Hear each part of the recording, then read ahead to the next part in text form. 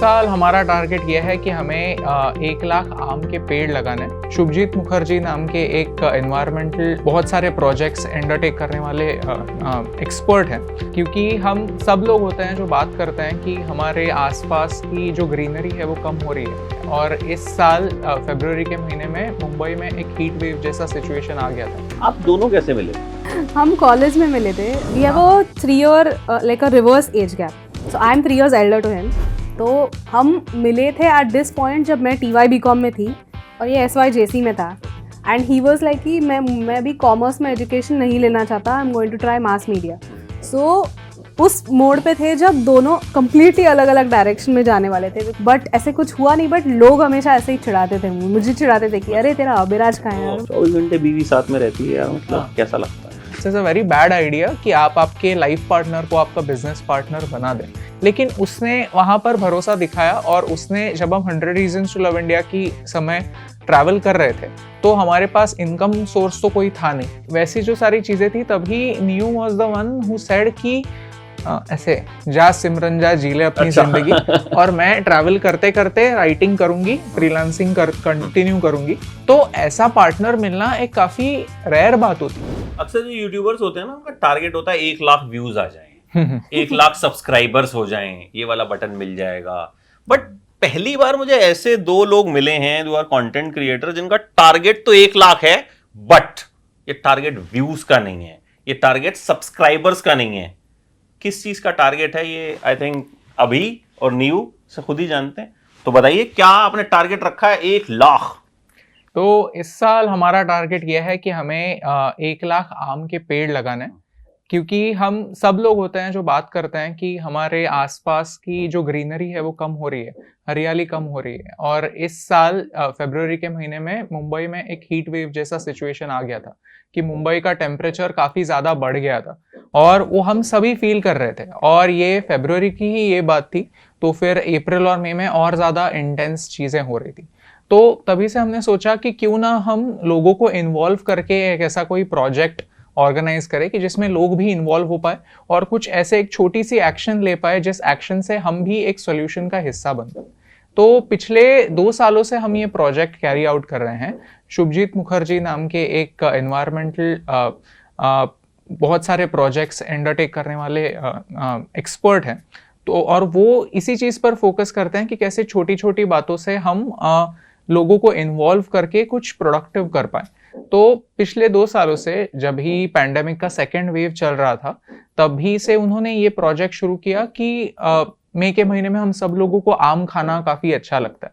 तो जो गुठलियाँ होती है, वो गुठलियों का बाद में क्या होता है कि वो तो हम कचरे में उठाकर फेंक देते हैं और फिर वो लैंडफिल में जाकर वहाँ पे ही सड़ते रहते हैं। हमारे मुंबई की लैंडफिल जो है वो 11 मंजिल ऊंची हो चुकी है। तो और वैसे ही सेम सिचुएशन हर बड़े शहर में होता है कि शहर के बाहर ही जाने के बाद एक इतनी बड़ी लैंडफिल होती है जो बढ़ती जाती है। तो क्यों ना हम उन गुठलियों का इस्तेमाल करके कुछ ऐसा कर पाएं जिससे कुछ सोल्यूशन निकल पाए। तो उन्होंने उनके इंस्टाग्राम पर अपील किया था कि आप हमें ये गुठलियाँ भेजिए। तो हमने उन्हें कांटेक्ट किया, हमने उन्हें पूछा कि क्या हम भी इस प्रोजेक्ट का हिस्सा बन सकते हैं। तो उन्होंने कहा व्हाई नॉट, श्योर। तो पहले साल यानी 2021 में जब हमने ये प्रोजेक्ट ऑर्गेनाइज किया था, तब हमारे कुछ 25,000 सीड्स इकट्ठा हुए थे और उनमें से कुछ 8,000 पेड़ लगे थे। फिर अगले साल यानी पिछले साल 2022 में और कुछ लोगों ने याद रखा था कि अच्छा ये प्रोजेक्ट होता है, वो भी हमें पूछने लगे कि क्या इस साल भी आप ऐसे प्रोजेक्ट करेंगे। तो हमने कहा हाँ क्यों नहीं। तो फिर उस साल हमारे कुछ 40-50 हज़ार सीड्स इकट्ठा हुए और उनमें से 25,000 पेड़ लगे। तो इन टोटल अराउंड 35 से 40 हज़ार के बीच में पेड़ हम पिछले 2 सालों में लगा चुके थे। So I think that deserves an applause. Thank you. नहीं, सारा क्रेडिट जो है वो शुभजीत सर को और जो सारे फार्मर्स जो हैं उनको जाता है, क्योंकि सीड्स इकट्ठा करना तो एक काफ़ी छोटा उसमें से पार्ट हो जाता है। हम सिर्फ मैसेंजर्स हैं, हम सिर्फ लोगों तक मैसेज पहुंचा सकते हैं। मैसेज पहुंचाना एक बड़ी चीज है, क्योंकि आपके पास एक जो पावर है, people know you, people follow you. तो कहीं ना कहीं जब एक चेहरा सामने होता है ना, तो बात कहनी आसान होती है। शाहरुख खान अगर बोलेगा कि ये प्रोडक्ट ले लो, तो मुझे लगता है लोग ले लेते हैं। अगर कोई आम आदमी बोलेगा तो शायद नहीं लेंगे। तो आम पसंद है वैसे? आप? हाँ जी, बहुत पसंद है। काट के खाती हैं, चूस के? ये सवाल बड़ा वायरल हुआ था। नहीं, आम काट के खाते हैं। अच्छा, आम काट के। मैंगो शेक भी? नहीं, not a big fan of Not a mango big shake, fan of mango. क्योंकि Okay. फ्रूट ही इतना इंटरेस्टिंग होता है और हर अलग वैरायटी का एक अलग टेस्ट होता है, वो हर बंदे के ऊपर टेस्ट पे डिपेंड होता है। जैसे हम केसर आम खाते हैं, अभी तो बारिश का मौसम है तो अभी दशहरी आता है, चौसा आता है, लंगड़ा आता है, राजापुरी, तो ये सारे इनका भी एक अलग टेस्ट होता है। सो देन बड़े चाव से खाते हैं ये सवाल mangoes. पूछने का पर्पस ये था कि आम हम सब बड़े चाव से खाते हैं, हाँ, एग्जैक्टली। है ना। इन्होंने बड़ा एक्सप्लेन किया Dasheri, Chausa, Correct, but correct. ये नहीं सोचते कि भाई लगा भी लो। हाँ, Exactly. तो ये, लेकिन अगर मान लो मैं आपकी इस ड्राइव का हिस्सा बनना चाहता हूं, या मेरे जैसा कोई आम इंसान है जो चाहता है कि वो अभी और नीयू के साथ आकर वो भी इस ड्राइव का हिस्सा बने, वो किस तरह से बन सकता है? तो हमने अप्रैल में ये कैंपेन लॉन्च किया था, जो कैंपेन अराउंड 3 महीनों के लिए चला, कि हमने लोगों को कहा कि आपके जो सीड्स होते हैं उन्हें ठीक से धोइए, फिर उन्हें धूप में थोड़ा सुखाइए, और फिर सूखने के बाद आप हमने एक एड्रेस हमारे वीडियो में मेंशन किया था, वो एड्रेस मैं आपको भी दे दूंगा, तो फिर अगर आप चाहें तो डिस्क्रिप्शन में डाल सकते हैं, ताकि लोगों को पता चले कि इस जगह पर वो आम भेजने। तो ये हमारा कैंपेन जो है वो मिड अप्रैल से अराउंड जुलाई के मिड तक चला। अभी वो campaign it will be coming to an end, because अभी जैसे बारिश शुरू हो जाएगी तभी उनकी जो प्रोसेस है उसका एक पार्ट खत्म हो जाएगा। तो फिर धीरे धीरे अभी मैं शुभजीत सर से वापस एक बार कंसल्ट करूंगा, उन्हें पूछूंगा कि अभी अगर लोगों को भेजना है तो फिर क्या हम फिर भी कलेक्ट कर सकते हैं, क्या उनका कोई इस्तेमाल हो सकता है, यूज हो सकता है। नहीं तो ऐसा ना हो कि लोगों को लगे कि हम जो इतना एफर्ट लेके पोस्ट कर रहे हैं उसका बाद में कुछ भी ना हो। तो वैसा हो गए?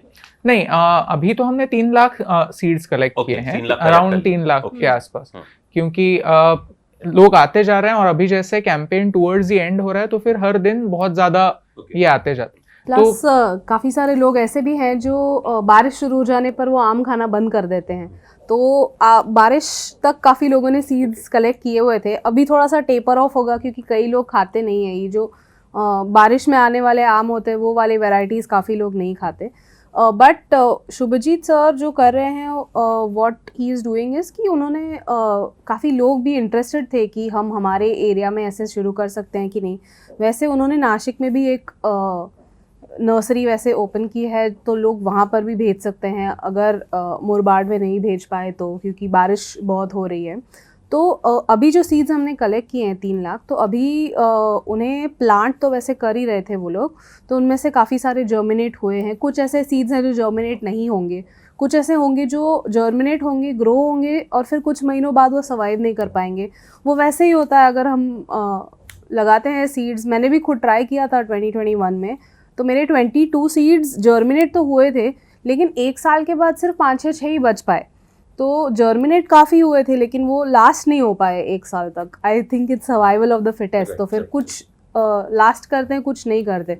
तो अभी के लिए तो वो प्रोसेस चल रहा है, जैसे सीड्स मिल रहे हैं उनको, वो लोग प्लांट भी कर रहे हैं। अभी तो बारिश का मौसम है, so then I think germination ज़्यादा तेज़ी से होगा। बट कितने एक्चुअली वो 1 साल का जो पीरियड है उतने सर्वाइव करेंगे, वो that remains to be seen. But वो तो किसी के हाथ में नहीं है, ना उनके ना हमारे। तो और ये कहाँ लगाए? हाँ, आप कुछ कहाँ लगाए जाएंगे? ये ठाणे के थोड़ा सा आगे जाने के बाद मुरबाड नाम का एक डिस्ट्रिक्ट है, वहाँ पर जो below the poverty line farmers हैं उनको ये जो सैपलिंग्स है वो अगले साल डोनेट किए जाएंगे। तो फिर मैं एक प्रोसेस शॉर्ट में समझा देता हूँ कि पहले तो जैसे हमारा काम है लोगों तक मैसेज पहुंचाना। हमने खुद भी इन्वॉल्व होके खुद भी हमारे सोसाइटी में सीड कलेक्शन ड्राइव वगैरह किया, और सीड एक बार कलेक्ट हो जाने पर हम इंडिया पोस्ट से वो सीड्स उनको भेजते हैं। तो सबसे पहली बात तो जो सीड्स कचरे में जाने वाले थे, जिससे लैंडफिल बढ़ने वाला था, वो नहीं बढ़ा। तो वो उतना कचरा हम लोगों ने रोका, और लिटरली हम आपको अभी भी दिखा सकते हैं, हमारा लास्ट बैच अभी यहाँ पर बाहर है। तो फिर वो सिर्फ एक घर से आए हुए आम का कचरा है, यानी कचरा नहीं, वो अभी क्या बोलते हैं, वो खजाना है एक्चुअली वो, लेकिन वो खजाने में कन्वर्ट करने का काम वहां पर जाके वो फार्मर्स कर रहे हैं, वो किसान कर रहे हैं। तो पहली बात तो ये होती है कि ये जो कचरा नहीं होता, ये खजाना बन जाता है। दूसरी बात ये होती है कि पेड़ लगते हैं, कि हम हमेशा बात करते हैं कि आसपास होने वाली जो गर्मी, बढ़ती गर्मी है, उससे परेशान तो हम सब होते हैं, लेकिन हमें ये पता नहीं होता कि हम सोल्यूशन का हिस्सा कैसे बने। तो लोगों को सोल्यूशन का हिस्सा बनने का एक मौका मिलता है, ग्रीनरी बढ़ती है। और तीसरी सबसे बड़ी बात यह है कि इससे आने वाले 5-6 सालों में बिलो द पॉवर्टी लाइन जो फार्मर्स रहेंगे, जो गरीबी रेखा के नीचे होने वाले फार्मर्स रहेंगे, उनके लिए एक इनकम का सोर्स बनेगा। क्योंकि 3 साल पहले जो हमने आम लगाने की शुरुआत की थी, अभी इस साल जब हम वो प्रोजेक्ट के साइट पर गए तब हम देख पाए कि वहाँ पर अभी उनको आम आने शुरू हुए। तो 1-2 साल बाद वो ऐसे आम क्रिएट होंगे जो वो एक्चुअली फार्मर्स बेच पाएंगे। ये ऐसे फार्मर्स नहीं है, ऐसे किसान नहीं है जिनके पास बड़े बड़े खेत हैं। वहाँ पर जाने के बाद ऐसे दिखता है कि शायद किसी किसान की हमारा जो स्टूडियो है उतनी ही बड़ी ज़मीन है, तो वो उसमें 2-3 पेड़ लगा सकते हैं। तो फिर वो 2-3 पेड़ों से अगर वो एक साल में 20, 25, 40 अगर आम वो बना पाए और फिर उनके गाँव में वो बेच पाए, तो फिर वो उनके लिए एक एडिशनल इनकम हो जाता है। तो फिर ये तीसरा लेयर ऑफ गुडनेस हो गया।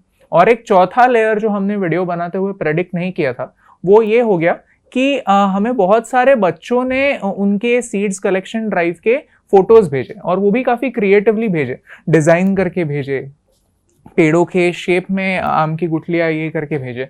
तो फिर उससे होता यह है कि हम हमेशा ये ऑब्जर्व करते हैं कि जो नई जनरेशन है उनका नेचर के साथ जो कनेक्शन है वो छूट रहा है। हम शहरों में रहते हैं, हमारे पास कुछ ही सोसाइटीज़ में थोड़े बहुत गार्डन्स होते हैं, तो मिट्टी में हाथ डालना भी एक काफ़ी ऐसे हो जाता है कि नहीं डालना है, मिट्टी में हाथ डालने से बीमारियां फैल जाएंगी। लेकिन एक्चुअली हमारे जो एंसेस्टर्स थे वो मिट्टी में ही पले बढ़े, सब खेल भी वहाँ पे खेले हुए हैं, लेकिन वो तो ठीक ठाक ही थे। तो ऐसे तो नहीं है, जैसे न्यू हमेशा कहती है कि मिट्टी का जो है वो ब्रांडिंग का प्रॉब्लम है कि मतलब हमें तो यही लगता है कि अगर हाथ पे मिट्टी लग गई तो फिर धोते हैं तो फिर भी कुछ निकलता है तो फिर वो हमें गंदा लगता है। बट प्रॉब्लम वही है कि हमें लगता है कि वो गंदा है, बट एक्चुअली मिट्टी से हमारा खाना आता है। अगर मिट्टी नहीं होगी तो खाना नहीं होगा, खाना नहीं होगा तो फिर हम नहीं होंगे, हम बाकी सारे काम करते हैं। तो फिर हमें यही लगता है एक्चुअली कि वो जो ब्राउन कलर है ना वो डर्टी ऐसे मानते हैं हम लोग, धूल मिट्टी, हम इसको लाइक सबकॉन्शियसली सेम कैटेगरी में डाल देते हैं, इवन दो मिट्टी is like a living organism, क्योंकि उसमें काफ़ी सारे जीव जंतु भी होते हैं। So then that's what I say कि इट्स अ ब्रांडिंग प्रॉब्लम। हम बच्चे थे तो हमने तो बहुत मिट्टी में वगैरह हाथ डाले, खेले।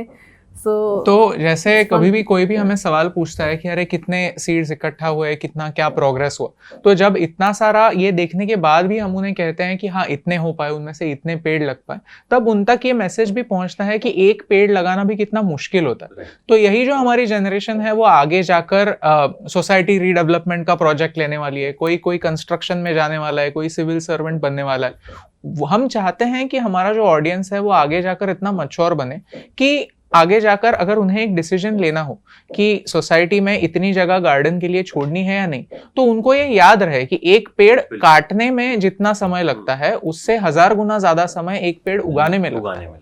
तो ये जो मैसेज है ये काफी इंपॉर्टेंट है, और ये ऐसे डायरेक्टली अगर हम किसी को बताएंगे तो वो ऐसे उपदेश हो जाएगा, एक लेक्चर हो जाएगा, और वो भूल जाएंगे। आजकल आपने देखा होगा जैकी श्रॉफ जहां भी जाते हैं तो वो एक पौधा अपने साथ लेके चलते हैं। करेक्ट। तो वो कहीं ना कहीं एक मैसेजिंग दे रहे हैं। सही बात। वो ये बोल रहे हैं कि ये मैं अपने बच्चों के लिए कर रहा हूँ। भाई तुमको अगर वो तो बोलते भी बड़े मुंबईया भाषा में है कि करना है तो करो, नहीं करना तो बिड़ू भाड़ में जाओ, इस तरह। तो वो अच्छा लगता है कि जब भी वो कहीं जाते हैं, वो अंबानी के घर भी जाते हैं तो वो हाथ में पौधा लेके जाते हैं, वो किसी फंक्शन में जाते हैं अपने हाथ में पौधा लेके जाते हैं। तो कहीं ना कहीं कुछ लोगों ने ये बीड़ा तो उठाया है, और जाहिर है लोग पूछते हैं कि अरे यार ये क्या मतलब, क्यों? क्योंकि लोगों को समझाने का मुझे लगता है तरीका उपदेश नहीं हो सकता, नहीं हो सकता। वो हम ज्ञान हम लेना नहीं चाहते बेसिकली, चाहे वो नहीं हो सकता। वो ऐसे कम्युनिटी प्रोजेक्ट्स करके ही उन्हें इन्वॉल्व करना पड़ेगा, क्योंकि क्या होता है कि काफ़ी सारा जो एनवायरनमेंट रिलेटेड मैसेजिंग होता है वो ऐसे ही होता है कि दुनिया में टेम्परेचर बढ़ रहा है, पानी कम है, बाढ़ आ गई, सूखा पड़ गया, तो फिर इसके बारे में हमें कुछ करना चाहिए, ये इसकी वजह से हो रहा है, उसकी वजह से हो रहा है। एक जो कॉमन इंसान है वो जनरली खुद के ही लाइफ में रैप्टअप होता है, ऑफिस तक जाना, काम करना, वापस आना, एंड फिर जो बच्चे कुछ टाइम में पर्सनल लाइफ एंजॉय करना, फैमिली के साथ कुछ टाइम स्पेंड करना, ये सारी इतनी स्ट्रेसफुल जो लाइफ होती है उसमें अगर वो और मैसेजिंग पड़ता है तो फिर देन पीपल गेट डिस्कनेक्टेड। तो उन्हें इन्वॉल्व करने के लिए वो पूरा अप्रोच ही बदलना पड़ेगा कि आप कैसे सोल्यूशन का हिस्सा बन सकते हैं। वो जो सारे सोल्यूशंस हैं वो सोल्यूशंस को हमको थोड़ा सा पुशअप करना पड़ेगा, थोड़ा और अच्छे से ब्रांड करना पड़ेगा, फिर लोग खुशी खुशी उसमें इन्वॉल्व हो जाते हैं। जैसे अभी सीड्स के टाइम पे भी ऐसा था कि हमने कहा कि आप अपने सीड्स रखिए, तो 2 साल पहले भी हमने किया था। पहले साल में 1-2 हाउस होल्ड्स ने किया था, ये साल 4-5 हाउस होल्ड्स ने किया, और फिर हमारे ही एरिया में और लोगों ने भी कलेक्ट करके मुझे दिए। सो बेसिकली ये इंस्टेंट नहीं होता है इसका रिजल्ट। मतलब जो भी कोई एनवायरमेंट रिलेटेड प्रोजेक्ट हो, इट टेक्स टाइम। वो बार बार उनको हिट करना पड़ता है। जैसे अभी हम लोग इंस्टाग्राम पे ऐसे करते हैं कि we are inspired by lot of zero waste warriors. तो जब भी हम किराने की दुकान में जाते हैं तो आप आपकी परचेजेस इस तरह प्लान कर सकते हैं कि आप खुद का डब्बा लेके जाइए। और इतनी सिंपल सी बात है, लेकिन वो मैंने काफ़ी सारे ऐसे पोस्ट्स देखे जहाँ पे लोग वही कर रहे थे, और फिर मुझे रियलाइज़ हुआ कि हाँ, अभी मैं जा रही हूँ कुछ खरीदने तो मैं खुद का डब्बा लेके जाती हूँ। वो अननेसेसरी वो एक प्लास्टिक का थैला बच जाता है। तो it is kind of like that. और एक बार आपने करना शुरू किया तो फिर आपको रियलाइज़ होता है कि आप धरती माँ के लिए एक बड़ा स्टेप ले रहे हो, तो देन इट फील्स गुड। तो फिर आपको वो बार बार करना अच्छा लगता है कि आप कुछ कंट्रीब्यूट कर रहे हो, रादर देन पीछे बैठ के बोल रहे हो जैसा हो वैसे। हाँ, आदत चेंज होने में थोड़ा सा टाइम लगता है। दूसरा, हम ना फॉलो बहुत करते हैं। एक रेड लाइट पे अगर एक गाड़ी रुक जाती है ना, सारी गाड़ियां रुक जाती हैं। अगर एक ने नहीं रोका तो सब लोग बिना सोचे समझे क्रॉस करते हैं। कई बार मैं देखता हूँ फ्लाईओवर से ना गाड़ियां वापस आ रही हैं। ऐसा लगता है कि वहां पे कुछ हो गया है। एवरीवन फॉलोज, और आप आगे जाके देखते हो तो वहां कुछ नहीं होता। मतलब इट हैपेंस। हमारे साथ बहुत भेड़चाल हमारे यहाँ बहुत है कि, और मुझे लगता है कि अच्छा काम भी अगर कोई करना शुरू करता है तो लोग फॉलो करते हैं, ऐसा नहीं है। धीरे धीरे, लाइक बेसिकली वो लोगों को ना विलन बनाने से अच्छा अगर आप उन्हें एक मौका दे कि आप इस तरफ आइए, आप सोल्यूशन का हिस्सा बनिए, डू समथिंग गुड, तो फिर वो छोटे छोटे स्टेप्स में they are happy to do it, they are happy to contribute. बस आपको वो प्रॉब्लम है, वो इतना बड़ा प्रॉब्लम है, वो किसी के सिर पे रख देंगे तो वो शायद उसका बोझ नहीं ले पाएंगे। बट छोटे छोटे स्टेप्स कि अब सिर्फ आपकी आम की गुठलियाँ कलेक्ट करो। ये मतलब मेरे को लगता है कि किसी के लिए भी बहुत ईजी है। मतलब आप तो खा ही रहे हो भाई, सिर्फ उसको आपको देना है, डोनेट कर देना, आपने एड्रेस भी बता दिया, वहां भेज देना। And the interesting thing is कि ये करते वक्त ना लोग और भी सवाल पूछ रहे थे कि इसको हम थ्रू आउट द ईयर कैसे कर सकते हैं। अभी जामुन का भी सीजन है तो जामुन के सीड्स कलेक्ट कर सकते हैं क्या? तो लोग नेचुरली ये सवाल पूछ रहे हैं। तो फिर बाद में शुभजीत और हम भी यही कर रहे हैं कि हाँ, हम इसको एक्सपांड करते हैं। बाकी सारे लोग बोल रहे हैं कि हम ये हमारे एरिया में कर सकते हैं, तो आप हमें गाइडेंस दीजिए। तो वैसे सारी बातें भी हो रही हैं कि आप आपके एरिया में कर सकते हो, यहाँ पे भेजने की ज़रूरत नहीं। तो लोग उसका भी जिम्मा उठा रहे हैं कि हमारे एरिया में। तो लोग जामुन के सीड्स कलेक्ट कर रहे हैं। अभी कस्टर्ड एप्पल का सीज़न आएगा तो लोग बोल रहे हैं कि ठीक है, कस्टर्ड एप्पल के साथ भी कर लेते हैं। और अभी से लोग एक्साइटेड है कि हम और कौन से बीज ऐसे लेकर कुछ उगा सकते हैं। तो पीपल जब वो खुद से ऐसे सवाल पूछते हैं कि हम और क्या कर सकते हैं, आगे ऐसे और कौन से फल खा रहे हैं जिसके हम ऐसे पेड़ लगा सकते हैं, तो that is kind of like sparking more conversations कि हम इसको और बड़ा करते हैं, ईयर राउंड करते हैं और ऐसे करते हैं। फिर बाद में शुभजीत और मेरी ऐसी कॉन्वर्जेशन हुई थी लास्ट ईयर कि हम जो वो ट्री प्लांटेशन में ब्लैक कलर का थैला यूज़ करते हैं वो कितना अननेसेसरी है। वो एक ही बार यूज़ हो जाता है, फिर ट्री प्लांटेशन के समय उसको निकाल के फेंक दिया जाता है। और हमारे घर पे काफ़ी सारा अभी लोग शॉपिंग करते हैं तो वो डायरेक्ट पैकेट ही खरीदते हैं। वो पैकेट भी काफ़ी अच्छे होते हैं। आप अगर आटा वगैरह खरीदते हैं, फॉर एग्जांपल अभी डी मार्ट में गए, कुछ भी उठाया, तो वो जो थैली होती है वो नेचुरली टफ होती है क्योंकि उसमें फूड आइटम्स होते हैं। तो क्यों ना हम वैसे ही कोई चीज़ यूज़ कर सके। क्योंकि मैंने ट्राई किया था, जब मैंने वो 22 मैंगो सीड्स जर्मिनेट किए थे तब मैंने दूध की थैलियाँ यूज़ की थी, and that survived for a long time. वो नेचुरली टफ थे, इतने जल्दी फटे नहीं। तो फिर देन शुभजीत वाज लाइक हाँ, ये भी सही है, हम ये भी कर सकते हैं।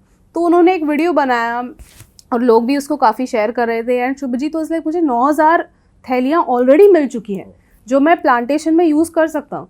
सो ऐसे ही एक सिंपल आइडिया की वजह से कि हम इसको एलिमिनेट कर सकते हैं क्या, तो हमने उस प्लास्टिक को एक सेकेंड लाइफ दे दिया। And then he will try कि उसको एक थर्ड लाइफ भी यूज़ कर सकते हैं, फोर्थ लाइफ भी यूज़ कर सकते हैं। जितना प्लास्टिक ऑलरेडी बाहर है उसको तो हम हटा नहीं सकते, लेकिन उसको जितनी बार रीयूज़ करते हैं उतना हम प्लास्टिक का कंजम्पशन और कम करते हैं। तो it's all about like a small question, और वो क्वेश्चन से फिर कॉन्वर्जेशन शुरू होता है कि हम क्या कर सकते हैं। अभी और कोई डिटेल्स या और कोई बात इस प्रोजेक्ट के बारे में जो आप कहना चाहते हैं या जो आप चाहते हैं कि लोगों तक पहुंचनी चाहिए?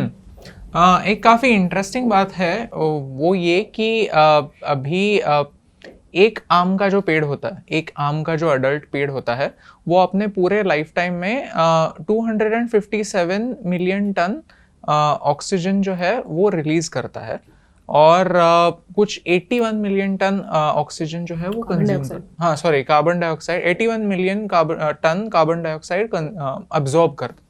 तो ये जो है ये इतना है जो हम एक एसी 5 साल में लगाकर जितना कूलिंग का इफेक्ट देगा उतना कूलिंग का इफेक्ट ये एक आम का पेड़ देता है। और हम 1 लाख पेड़ों की बात कर रहे हैं, तो फिर 1 लाख पेड़ों की जब हम बात कर रहे हैं तो फिर आप सोचिए हमने उन्हें नेचुरल एसी का नाम दिया क्योंकि हम उन्हें फॉर ग्रांटेड ले लेते हैं। यानी एक जोक बहुत पहले सुना था कि जब हम लोगों को बता देंगे कि एक पेड़ लगाने से आपको फ्री वाईफाई मिलेगा तो फिर हर कोई पेड़ लगाने लगेगा। अनफॉर्चुनेटली पेड़ सिर्फ हमें ऑक्सीजन देता है जो हमें जिंदा रहने के लिए ज़रूरी है।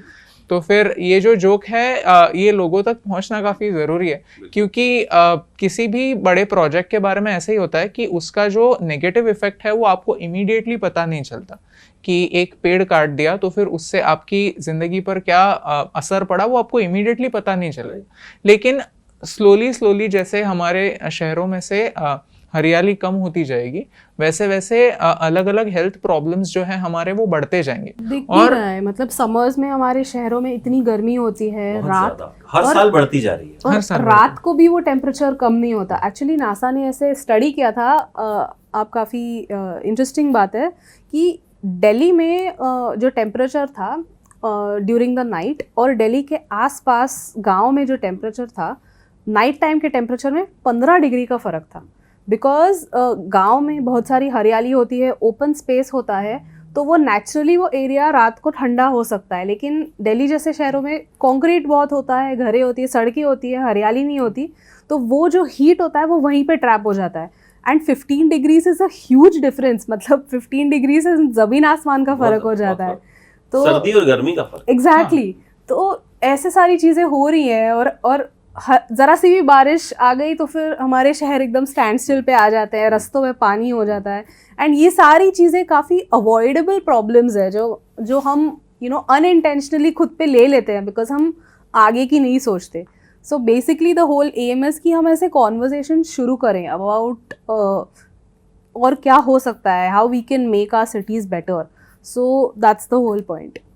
अच्छा, अब एक इस ड्राइव के बारे में आप लोग भी कोशिश कर रहे हैं और हमारे जरिए भी बहुत लाखों करोड़ों लोगों तक ये चीज पहुंचेगी, बट कुछ आपके बारे में भी मैं जानना चाहूँगा। हाँ, कुछ चीजें जो शायद लोगों को पता नहीं है, जो बहुत सारे आपके फैंस भी हैं because they see your videos, correct, they don't know कि आपके क्या लाइक्स हैं, आपके क्या डिसलाइक, हाउ यू स्टार्टेड।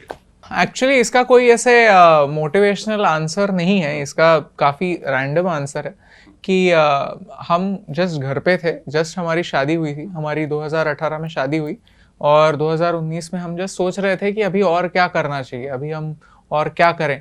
तो हमारे आसपास ऐसे 2-3 ऑप्शंस थे। एक ऑप्शन ये था कि कहीं पर अब्रॉड शिफ्ट हो जाए, वहाँ पर कोई ऐसे एक कोर्स MBA वगैरह ऐसे कुछ करें और अपने करियर को कुछ नेक्स्ट लेवल पर ले जाएं। लेकिन हमें ऐसे कुछ मिल नहीं रहा था जो हमें प्लेजर भी दे, यानी जो कुछ ऐसे फील्ड में हो जिसमें हमें इंटरेस्ट हो और हमें एक सेम शहर में रहने का मौका भी मिले।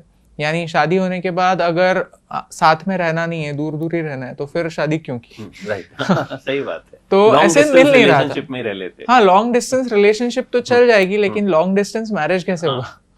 तो यानी कुछ मिल नहीं रहा था। तो फिर एक मुझे ऐसे स्ट्राइक हुआ कि यूजुअली जब भी हम एक कोई मास्टर्स की डिग्री करते हैं, PhD करते हैं, तो हम क्या करते हैं कि हम बहुत सारा पैसा और बहुत सारा टाइम इन्वेस्ट करते हैं और हम उस समय सोचते नहीं है कि हम कितना पैसा कमा रहे हैं। हमारे जेब में से पैसा जा रहा होता है और हम ये नहीं सोचते कि कितना पैसा आ रहा है। हम इस आशा पर चलते हैं कि जो हम ये गैम्बल कर रहे हैं हमारी लाइफ के साथ, वो हमें कुछ रिजल्ट आगे फ्यूचर में दे।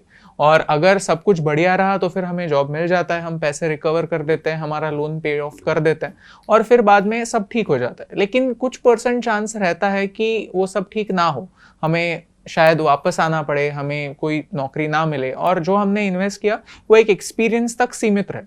तो अगर वैसा रिस्क ही लेना है तो क्यों ना हम, और मुझे कुछ मिल नहीं रहा है जो मुझे खुशी दे, तो क्यों ना हम खुद ऐसा कुछ डिज़ाइन करें जिससे हम जो हमें इन्वेस्ट करना है टाइम और पैसा वो इन्वेस्ट करें और कुछ ऐसा करें जिससे हमें गारंटीड खुशी तो मिले, एटलीस्ट उस समय के लिए खुशी तो मिले। तो उस आइडिया से हमने 2019 में हमारा एक जर्नी प्लान किया। हम दोनों को ट्रैवल और वीडियोस वगैरह बनाने में काफ़ी इंटरेस्ट था, तो हमने ऐसा सोचा कि क्यों ना हम भारत घूमें, भारत के कुछ ऐसे जगह ढूंढे जहाँ पर हमें जाना था, जहाँ की स्टोरीज हमें जाननी थी, और अगर हमें उन स्टोरीज में इंटरेस्ट होगा तो शायद और लोगों को भी इन स्टोरीज में इंटरेस्ट होगा, तो वो स्टोरीज लोगों को सुनाएं। तो फिर हमने वहाँ से हमने 100 रीजन्स टू लव इंडिया नाम की जो हमारी सीरीज थी उसकी हमने शुरुआत की, और हमने शुरुआत मेघालय से की।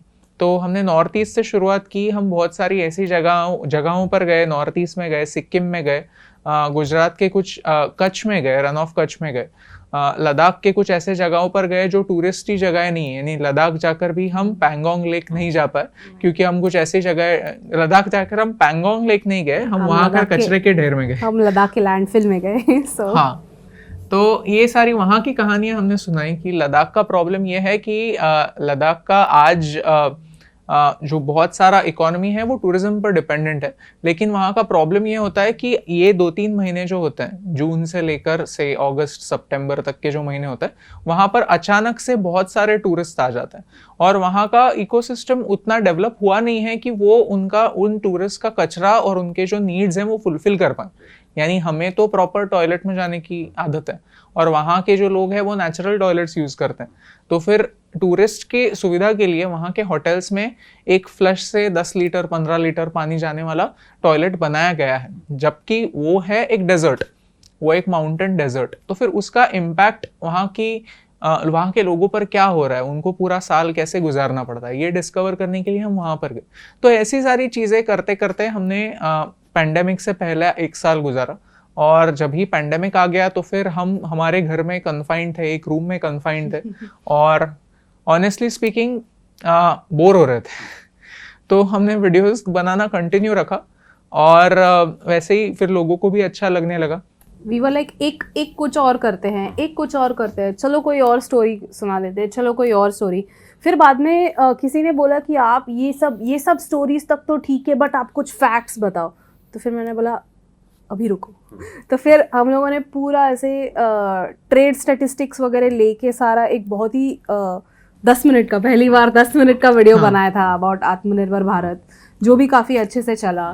फिर हम लोगों ने एक वीडियो बनाया था अबाउट टिकटॉक, क्योंकि उस समय टिकटॉक चल रहा था, and we made a video कि टिकटॉक में काफ़ी सारे सिक्योरिटी फ्लैग्स हैं with their terms of service, और how it's connected to People's Liberation Army of China. So ये सारे वीडियोस धीरे धीरे लोगों को पसंद आने लगे। It started spreading among the people. तो फिर स्टार्टिंग में तो हमें लगा कि अरे पैंडेमिक आ गया है, बंद हो गया अभी सब, कहाँ ट्रैवल करेंगे, क्या करेंगे, but then we slowly started making one video after the other. फिर वैसे टॉपिक्स आने लगे कि अरे इस पर भी बनाते हैं, अरे उस पर भी बनाते हैं, अरे ये भी ट्राई करते हैं, वो भी ट्राई करते हैं। तो वैसे करते करते फिर बाद में वीडियोस बनने लगे दूसरे वाले। तो आपके चैनल का नाम किसने डिसाइड किया दोनों में से? एक्चुअली चैनल का नाम पहले हुआ करता था फॉलोइंग लव।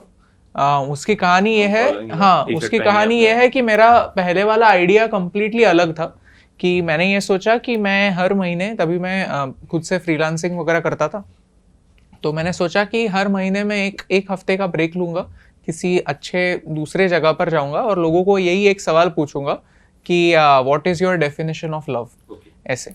तो इसीलिए नाम हमने पहले फॉलोइंग लव ऐसे लिखा था, कि मैंने सोचा था कि लोगों से काफ़ी इंटरेस्टिंग जवाब आएंगे, लेकिन लोगों से जब सवाल पूछा गया तो फिर काफ़ी बोरिंग से आंसर्स आने लगे। ये आपको पता होगा क्योंकि आप इतने सारे इंटरव्यूज़ लेते हैं कि आप सोच के तो जाते हैं कि इसके बहुत सारे अच्छे जवाब होंगे, लेकिन जब लोग होते हैं तो उनको सोचता नहीं है, वो तो जवाब देने के मेंटालिटी से आए नहीं, तो काफ़ी बेसिक से आंसर्स मिलने लगे।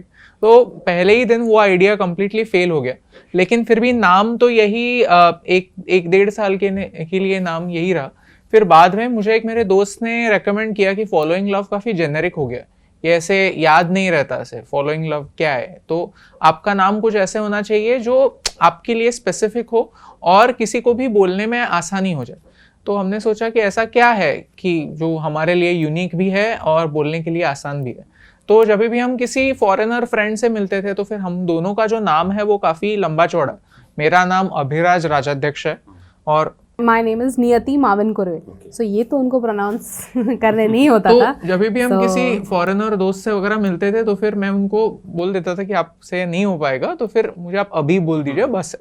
तो फिर मैं अभी ऐसे करके ही इंट्रोड्यूस करता था खुद को। और ये भी एंड न्यू, बिकॉज वो मुझे बचपन से सब लोग न्यू ही बुलाते ओके, हैं। That's your nickname. या हाँ, दैट्स माय निकनेम। नियति से न्यू हाँ। थोड़ा हाँ, सो तो दैट्स व्हाट। तो ऐसे ही रैंडमली हम बस से आ रहे थे, मेरे उस दोस्त ने बोला था कि कुछ चेंज करने का सोचो, और मैंने इंस्टाग्राम पर ट्राई किया कि अभी एंड न्यू अवेलेबल है क्या, तो वो अवेलेबल था। तो फिर वो बुक कर दिया, क्योंकि जैसे इंस्टाग्राम पर आईडी सारे यूनिक होते हैं, तो मुझे unique नंबर नहीं चाहिए था कि बिल्कुल। ऐसे _1 Got ऐसे it, नहीं got चाहिए it, था। got it, got it. तो फिर वो अवेलेबल था तो फिर बुक कर दिया, और फिर लोगों को अच्छा लगा वैसे। आप दोनों कैसे मिले थे? What is the love story? हम कॉलेज में मिले थे। We have, Mumbai. हाँ जी, we have a 3 year like a reverse age gap. So I am 3 years elder to him. तो हम मिले थे एट दिस पॉइंट जब मैं TY BCom में थी और ये SYJC में था। एंड ही वॉज लाइक कि मैं भी कॉमर्स में एजुकेशन नहीं लेना चाहता, I am going to try mass media. So उस मोड पे थे जब दोनों कंप्लीटली अलग अलग डायरेक्शन में जाने वाले थे, because I was going to pursue CA और मैं पास आउट होने वाली थी कॉलेज से और ये दूसरे कॉलेज में जाने वाला था। So it was at that point that we met. फिर रोट्रैक्ट के एक इवेंट ऑर्गेनाइज करते करते we were doing it together, and that's when we were like super, like we were a little attracted to each other. But ऐसे कुछ हुआ नहीं, but लोग हमेशा ऐसे ही चिढ़ाते थे, मुझे चिढ़ाते थे कि अरे तेरा अभिराज कहाँ है। मैं like, मेरा अभिराज नहीं है वो। So that's how it started. So dating की 5-6 साल? हाँ, नहीं 7 साल। 7 साल। yeah. हाँ, सो हम 2011 से 2018 तक एक साथ थे। 2018 में हमारी शादी हो गई और उसके बाद शादी को अभी 5 साल हो गए। तो अच्छा, एक चीज मुझे थोड़ी सी समझनी है कि चैनल आपने स्टार्ट किया, हाँ। उससे पहले आप लोग अपने अपने करियर्स में कर क्या रहे थे या क्या करना चाहते थे? तो न्यू का थोड़ा सिंपल है, बिकॉज वो 2014 के एंड तक 15, yeah, 2015 I became a CA। फिर मैंने जॉब्स ढूंढना स्टार्ट किया। तो फिर मेरी एक स्टार्टअप में जॉब लग गई थी housing.com में। तो फिर वहाँ काम करते करते मुझे ऐसा लगा कि भाई मैं यहाँ पे बैठ के काम कर रही हूँ, बोरियत हो गई। और फिर नहीं, काम तो वैसे ठीक ठाक ही था, बट आई वाज लाइक कि मैं यहाँ पे आ रही हूँ, मुझे आते समय ऑफिस मेरा पवाई में था। So then I was like आने में मुझे इतना समय लग रहा है, जाने में ट्रैफिक मिल रहा है, और यही मेरी लाइफ होगी क्या आगे के 15-20 सालों के लिए। सो आई वाज लाइक नहीं, मुझे ये नहीं करना है। तो 6 महीने के बाद I quit and then I started freelance writing. क्योंकि मेरे आर्टिकलशिप के टाइम पे I used to write a lot of short stories and stuff, and लोगों को भेजती थी, तो उन्हें काफ़ी अच्छा लगता था, and they used to be like हाँ यू शुड राइट। तो फिर मैंने ऐसे फ्रीलांस राइटिंग करना शुरुआत किया, लाइक ऑलरेडी राइटिंग। हाँ। सो आई वाज न्यू डूइंग का ऐसे हो गया दैट कि मुझे 9 to 5 काम नहीं करना था, तो फिर मैं 24/7 काम करने लगा। और आपका क्या? जिसे like first, like for all the viewers जिन्हें भी लगता है कि आप 9 to 5 जॉब को एस्केप करने के लिए खुद का बिजनेस शुरू करोगे, आप खुद के बिजनेस में हमेशा काम करते हो, कभी स्विच ऑफ वो बिल्कुल, बटन वो रहता ज्यादा ही tension नहीं है। है। सो फिर लोगों को ये बस लगता है कि हाँ भाई मैं मेरे जॉब छोड़ इनके तो दूंगा, मजे हैं, इनके पास तो डॉलर ही डॉलर। मैं जॉब छोड़ दूंगा और फिर मैं जाके बीच पे बैठूंगा और मेरी ये सुंदर व्यू रहेगी और मैं बस 2 घंटे काम करके लॉग ऑफ करूंगा। ऐसा नहीं होता, ऐसा नहीं होता। आप बीच पर भी ऐसे ही बैठोगे, अरे यार ये काम करना है, अरे फोन लोगे, लैपटॉप पे बैठ के काम करोगे। So like that's doesn't work. And what you were doing before the channel? मैं पहले भी वीडियोस ही बना रहा था, अच्छा, लेकिन okay. मैं लोगों के लिए वीडियोस बनाता था। Got it, freelancing. हाँ, तो उसमें होता ये था कि अक्सर ऐसी फीलिंग आती थी कि अरे मैं तो इस फील्ड में क्रिएटिविटी के लिए आया था, लेकिन यहाँ पर मुझे एक्सप्रेस होने का कहीं पर मौका नहीं मिल रहा। तो वो थोड़ा सा सेटिस्फैक्शन नहीं था वहाँ पर। तो ऐसे ही यानी पूरा एट वंस मैंने ऐसे उतना बड़ा जंप नहीं लिया कि सब कुछ बंद करके यूट्यूब करना है या फिर ऐसे कुछ करना है। पहले धीरे धीरे शुरुआत की थी। वो 1.5-2 साल के लिए हमने वैसे ट्राई किया, लेकिन मेरा एक दोस्त है जिसका नाम नुसायर है, जो एक इज़राइल से ट्रैवल व्लॉगर है। उसने मुझे कहा कि जब तक आप कंप्लीटली ऑल इन नहीं करते तब तक आपसे वो डेडिकेशन भी नहीं आएगा, और वो वैसे हो जाएगा कि जैसे अगर आपको स्विमिंग सीखना है तो फिर जब तक आप फ्लोटर वगैरह उतार कर सीधा पानी में नहीं जाते तब तक आप स्विमिंग नहीं सीख पाओगे। तो फिर जब आप बाकी के सारे ऑप्शंस कट ऑफ करके जब आप पानी में जंप करेंगे तभी आपको पता चलेगा कि क्या आप स्विमिंग सीख पाओगे या नहीं। तो इसीलिए ये जो हमने 8 महीने का गैप लिया था 100 रीजंस टू लव इंडिया, तो वो यही था कि हम सोचेंगे नहीं कि इससे कमाई क्या हो रही है, ये बस हम मेमोरीज बनाने के लिए कर रहे हैं कि अगर कुछ वर्कआउट नहीं हुआ तो एटलीस्ट 70 साल बाद हम ऐसे नहीं सोचेंगे कि हमने कोशिश नहीं की। तो आई थिंक वही रिग्रेट यही रहता है कि मेरे पास टाइम था बट तभी मैंने वो रिस्क नहीं लिया। कुछ भी हो, I mean this is not only कि आप जॉब क्विट करके बिजनेस शुरू करो, बट आपने वो हॉबी कभी परस्यू नहीं की, आपको वो कहीं जाना था, एक छोटा ट्रिप लेना था, आपने नहीं किया, आपने आपके लव्ड वंस के साथ टाइम नहीं बिताया, वही रिग्रेट होता है। जिन चीज़ों को आपने नहीं किया उसके बारे में रिग्रेट होता है। जो आपने कर लिया वो ठीक है, कर लिया आपने, मतलब आपने अगर कोई एग्जाम दी और आप फेल हो गए फेल होने का उतना रिग्रेट नहीं रहता है, रिग्रेट नहीं होगा। लेकिन आपने कोई चीज़ परस्यू नहीं की, मतलब आपको कोई लैंग्वेज सीखना था, कोई म्यूजिकल इंस्ट्रूमेंट सीखना था, लेकिन आप नहीं सीख पाए, तो वही लगेगा कि यार वो कॉलेज में थे तब वो गिटार सीख लेते तो फिर कुछ और ही हो जाता शायद। सो अच्छा, अभी आप लोग कंटेंट क्रिएट करते कैसे हो, कैसे आइडिया आता है, मतलब एक video banana, how you think, who rights the script? Again इसका कोई भी ऐसे ग्लैमरस आंसर है ही नहीं। इसका आंसर काफी बोरिंग सा आंसर है कि कहीं से भी आइडिया कहीं से भी आ सकता है। आइडिया कभी कभी तो लोगों के कमेंट से भी आइडिया आ जाता है, बिल्कुल आता है। लोगों के कमेंट से आइडिया आ जाता है, या फिर जब हम ट्रैवल कर रहे थे तभी अक्सर ये हुआ करता था कि हम इंस्टाग्राम पर सवाल पूछा करते थे कि अभी हम केरला में इस शहर जा रहे हैं और आप हमें बताइए अगर आप इस शहर से हैं कि क्या करना चाहिए।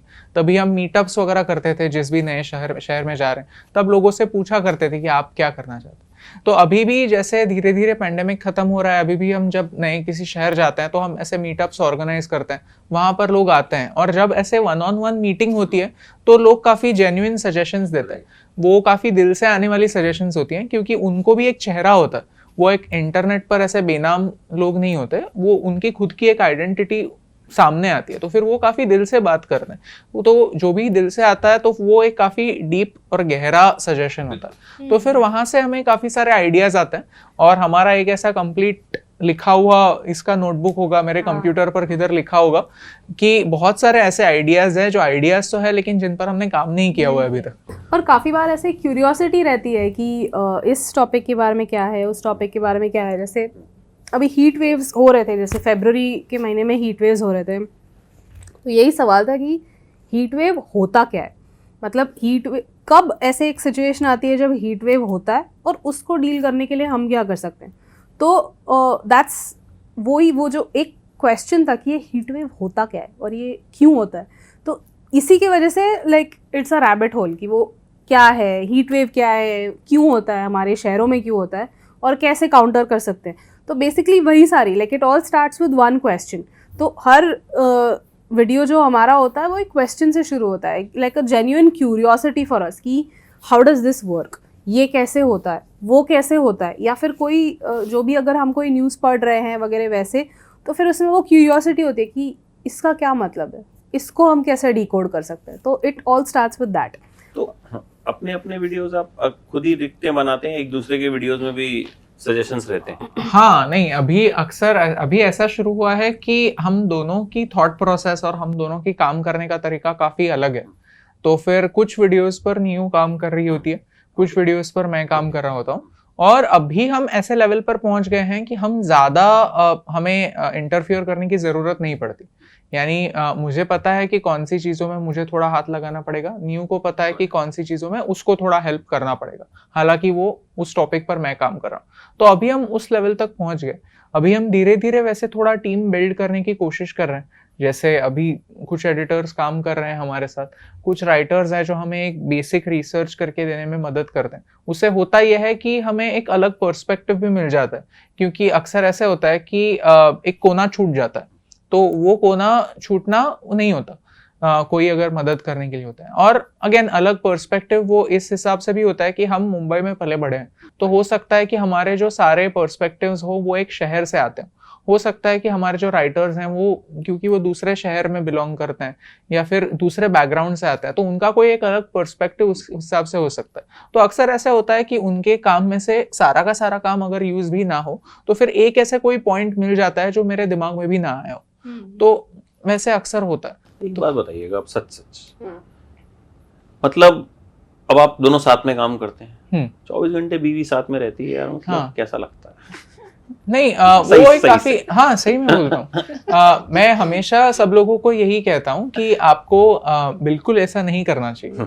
यानी this is a very bad idea कि आप आपके लाइफ पार्टनर को आपका बिजनेस पार्टनर बना दें, क्योंकि मैं ऑनेस्टली काफी लकी हूँ, क्योंकि ये जो हमारा विजन था वो हमेशा ऐसे ही होता है कि कोई एक आगे चलता है और दूसरे बंदे को उसको पीछे से सपोर्ट करना पड़ता है। तो ये जो शुरुआत में वीडियो बनाने की आइडिया वगैरह थी वो मेरी आइडिया थी, क्योंकि मेरा बैकग्राउंड वीडियो वाला था, न्यू का बैकग्राउंड वीडियो का नहीं था। लेकिन उसने वहां पर भरोसा दिखाया, और उसने जब हम 100 रीजन्स टू लव इंडिया की समय ट्रैवल कर रहे थे तो हमारे पास इनकम सोर्स तो कोई था नहीं, क्योंकि मोनेटाइजेशन कुछ हुआ नहीं था, कोई ब्रांड इतने 5000 फॉलोअर्स के साथ किसी को ब्रांड डील्स नहीं देने वाले थे। हमारा पहला जो ब्रांड कोलैब था मुझे याद है उसके लिए 3000 रुपये हमें मिले थे। तो वैसी जो सारी चीजें थी तभी new was the one who said कि ऐसे जा सिमरन जा जी ले अपनी जिंदगी, और मैं ट्रैवल करते करते राइटिंग करूंगी, फ्रीलांसिंग कंटिन्यू करूंगी, और मैं वो इनकम कंटिन्यू रखूंगी। तो ऐसा पार्टनर मिलना एक काफी रेयर बात होती, तो वो सबके नसीब में नहीं होता। तो अगर वो नहीं हुआ, और लकीली हमारे लिए सब ठीक ठाक बहुत जल्दी हो गया, बहुत जल्दी इन द सेंस 2 साल में ठीक ठाक हो गया। अगर वो किसी के साथ ना हो तो फिर आप सारी चीजों को रिस्क कर रहे हो, कि आप आपके पर्सनल लाइफ को भी रिस्क कर रहे हो और आपका बिजनेस तो रिस्क में है ही। तो इतना सारा, यानी यूजुअली लोगों के पास क्या होता है कि अगर कोई कहीं पर जॉब कर रहा है तो फिर 8 बजे उसका जॉब खत्म हुआ सपोज, और वो घर पर आ गया, तो फिर वो ऑफिस के टेंशन्स वहां पर छोड़ के घर पर जाकर रिलैक्स कर सकता है। उसकी फैमिली उसके लिए एक एस्केप होती है। बट हमारे लिए हम ये हमारा स्टूडियो तो बंद कर सकते हैं, लेकिन हम तो हम ही रहते हैं। वही चीज मैं पूछ रहा था कि हाँ। वो ऐसा नहीं लगता कि हमें अपना जो टाइम होता है हाँ। कहीं ना कहीं उसमें भी हम उसके लिए हम ये करते हैं कि कई लोग ऐसे मानते हैं कि रिलेशनशिप को अच्छा रखने के लिए आपको आपके सिग्निफिकेंट अदर के साथ चीज़ें करनी चाहिए। हमारा पर्सपेक्टिव थोड़ा अलग है। हम कहते हैं कि अगर आपको आपका रिलेशनशिप अच्छा रखना है तो आप ऐसे 4-5 चीज़ें पकड़िए जो आप आपके सिग्निफिकेंट अदर के साथ नहीं करते। बिकॉज फिर क्या होता है कि फॉर एग्जांपल इसको पसंद है मूवीज़ देखना या बाइक राइड्स पे जाना और मुझे पसंद नहीं है, तो वो चले जाता है वहाँ पे, and I can sit and enjoy my own time. या फिर मुझे कहीं सपोज मेरे फ्रेंड से मिलना है and he doesn't want to come और वट एवर, या फिर वो मेरी फ्रेंड्स है और वो इसको जानता भी नहीं है, तो I will go for those dinners, I will enjoy my time out, थोड़ा सा ब्रेक मिल जाता है, and then he is at home. So वो जो छोटे छोटे पॉकेट्स होते हैं where you are doing your own thing, तो फिर ऐसा लगता है कि then you have something new to come and tell कि अरे मैं बाहर गया था, ये हुआ, मैं बाहर गया, वो हुआ, ऐसा एक्सपीरियंस हुआ, वैसा एक्सपीरियंस हुआ, मैं प्लेन में जा रही थी और मेरे बाजू में जो पैसेंजर बैठा था वो इतना लाइक बातें कर रहा था, मुझे नींद नहीं आ रही थी, and he had worn like this bad hair oil, he was smelling.